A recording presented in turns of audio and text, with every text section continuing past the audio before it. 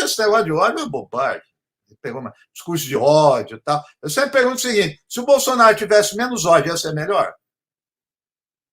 Não. O que responde que sim, porque eu acho que é um problema de ódio e amor. Não é isso, é. Eu acho que o Reginaldo queria começar comentando o nosso assunto do dia. E depois a gente vai para a política internacional.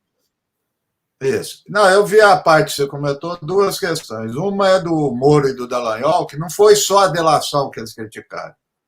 Pior, eles criticaram a prisão preventiva do como é que chama aí, do autor do homicídio. Ah, não, a prisão não, o outro. Do Lessa, que Não, o que está preso. Sim, ele está criticando que há 4 anos está preso, que isso é contra os direitos humanos. O Elcio. Eles falaram, está preso há tanto tempo, só agora que foi fazer Isso. Ou seja, eu acho que isso é o que a Ana comentou. Eu acho que, quer dizer, eles são políticos, ele vestiu, né, um perfil, né, a personalidade da política da extrema-direita, porque ele viu que não tem outro lugar para ele, né? E ele vai fazer de tudo para manter esse público fiel, né? É isso. Não tem alternativa para ele também, né?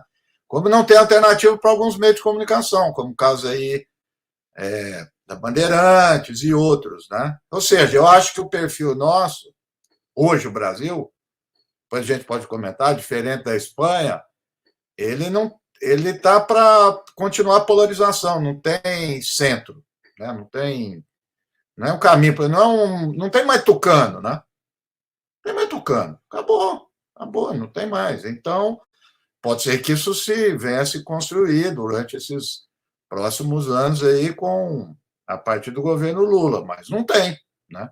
Então, ou tem a extrema-direita em torno do Bolsonaro, a esquerda ou o centrão, que não está nem aí para o público. Quer saber de outras coisas, quer saber follow the money, né?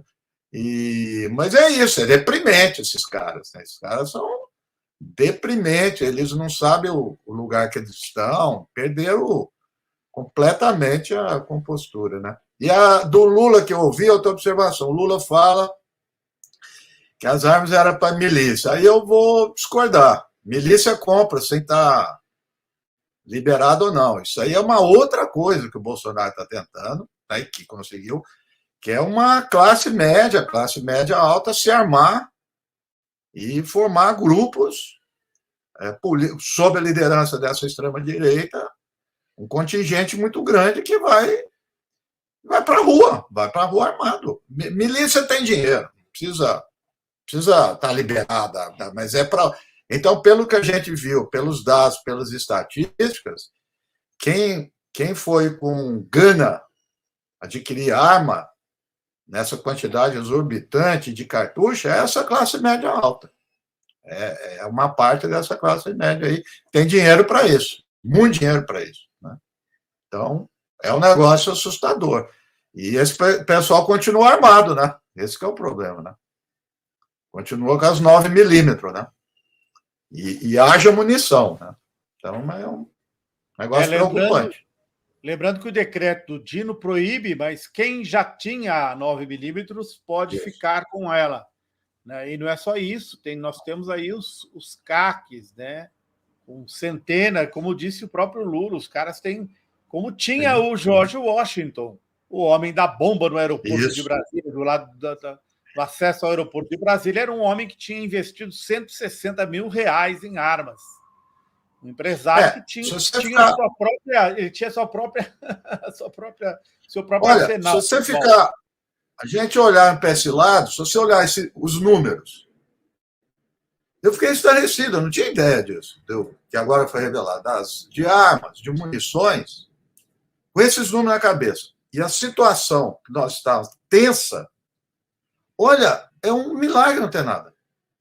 Não tem acontecido grandes coisas. Na verdade, não é milagre, porque aí outro lado também que a gente tem que ser otimista, porque também a gente também fica muito, né, carregado de pessimismo na esquerda.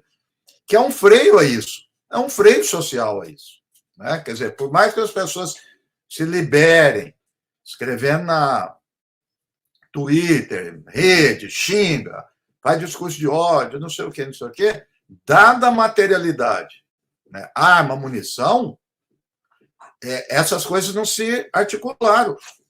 Ainda bem. Então, ou seja, nós também temos formas de resistência, de sociabilidade, né, que freia isso.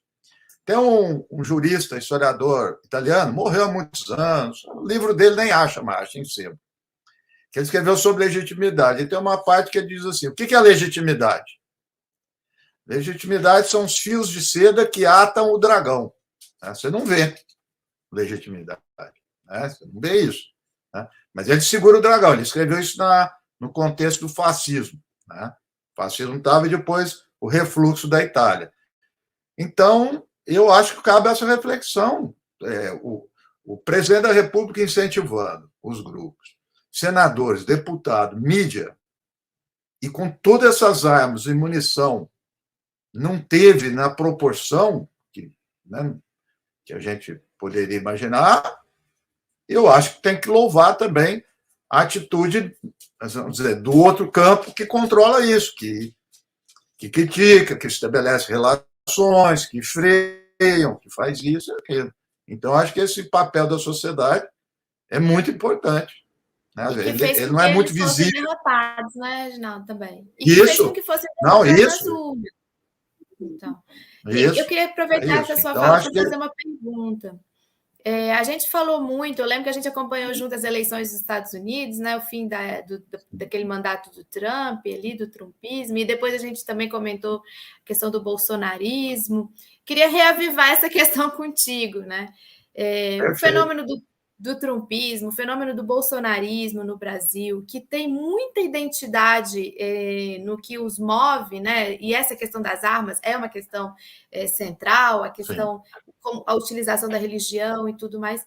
E aí você falou questão de legitimidade. Você acha que aqui no Brasil eles estão perdendo legitimidade ou eles ainda continuam com uma capacidade de mobilização social significativa, capaz, inclusive, de voltar a ter viabilidade eleitoral, digamos assim? Ótimo. Ana, eu adoro fazer balanço, inclusive para rever o que eu falei, se está correto ou não. É uma coisa que na nossa área de ciências humanas não se faz, né? A gente tem que fazer. Olha, fazendo isso, nesse momento, né, sou levado a crer que por dois elementos aí nós fomos, aqui no Brasil, mais bem-sucedidos que nos Estados Unidos. Né? Acho que um primeiro é o governo que foi eleito, né? O governo Biden e o governo Lula. Quer dizer, o governo Lula está fazendo, na medida do possível, mas ele está fazendo ipsis literis o que ele disse que ia fazer. Aí a política de armas, a questão da política externa. Claro, tem aí o problema do Congresso, mas, na medida do possível, ele está fazendo aquilo, não está... Aquilo que ele não vai adiante, a gente sabe onde que é a resistência. O governo Biden, não. O governo Biden, ele... por ele mesmo, né? Ele decepcionou em muitas áreas, né? Eu acho que o envolvimento da guerra da Ucrânia, ele deixou descoberto uma área que eu me lembro era um grande tema dentro do Partido Democrata, que era a taxação das grandes corporações. Era um projeto do Bernie Sanders, e o Biden inicialmente tinha manifestado apoio. Era um aumento de taxação, reverter para a Seguridade Social, tudo.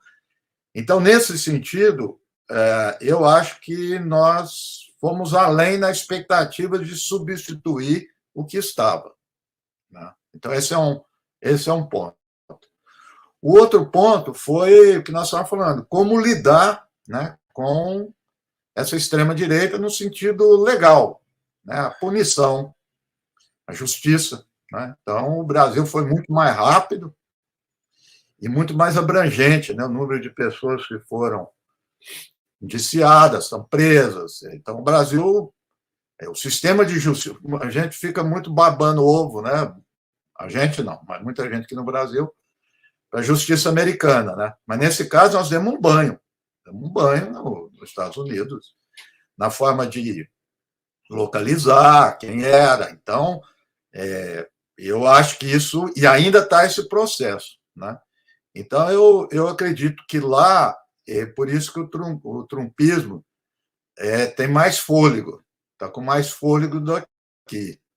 Independentemente disso, o que indica que nos dois lugares isso vai permanecer, não forte como era, não vai ser como era, né? Mas vai permanecer na sociedade. Eu acho que abriu a caixa de Pandora, né?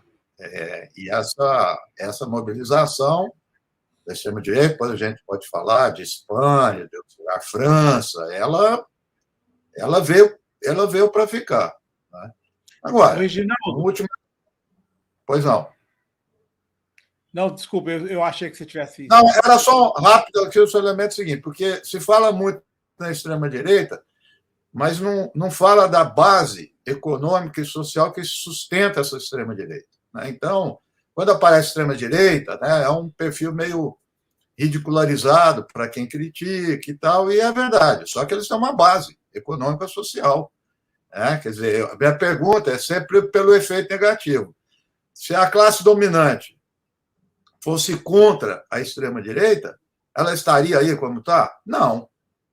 Então, seja, pela pergunta do negativo, é porque tem apoio e ou condescendência.